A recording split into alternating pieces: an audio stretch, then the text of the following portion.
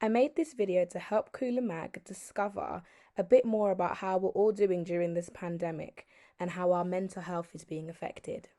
No matter what you believe, your mental health is one of the most important things in your life. Mental health, especially during the time that we're going through, is seriously imperative to keep on top of. During this pandemic, I can't be the only one where I can definitely see that my mental health has slipped. Whether you haven't noticed it, it might be symptoms of feeling low in mood, or feeling unmotivated, like you don't want to do things anymore. All of these things, no matter whether you believe it or not, are all linked to mental health. And that shouldn't be a shock when I decided to take on a little research task and discovered a few facts. So let's get down to some statistics.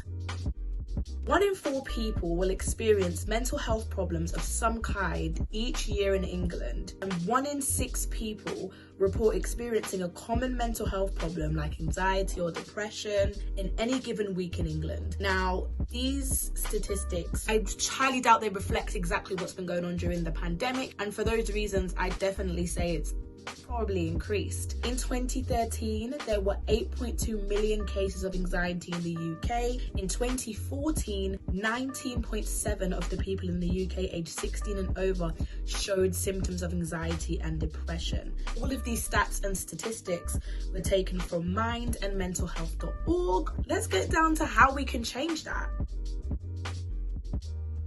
First of all, you have to realize that sometimes it's time to be selfish. Yes, we're supposed to love and care for other people, but if we're not taken care of, how can we take care of anybody else? Number 1, you time. Having a bit of me time is always important. If you feel like you're too busy for me time, you're never too busy for me time. If you have time to sit down and have a coffee, if you have time to sit down on the toilet, you have time for self-care. Not only for the sake of this video, but for my own personal well-being, I decided to have a look and see all the different opinions and ideas from different bloggers, online influencers, and exactly what they thought about mental health. One of them that stood out the most to me was a woman called Jade Larice. She did an amazing piece basically about social media and how even when you're an influencer, you still need to take time back from that. I basically, after searching the web, found 6 key points that I feel like are quite basic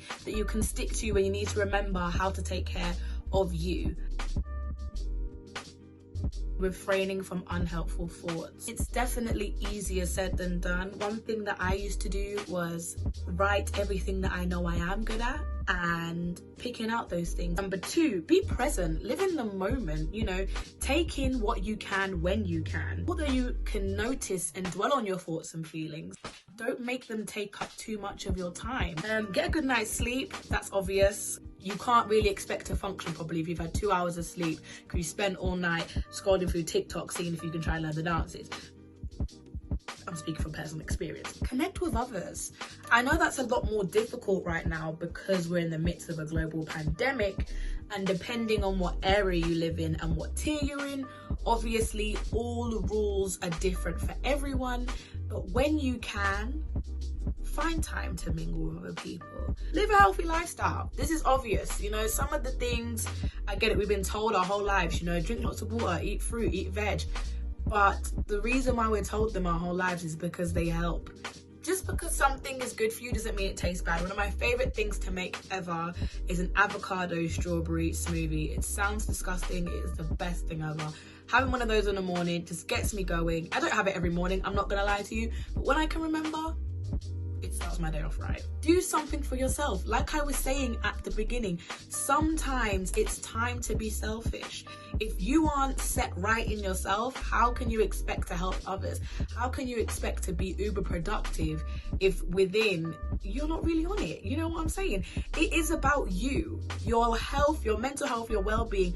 Other people can affect it, but at the end of the day, you are, depending on how your mental health is, you are the person who's in control of that.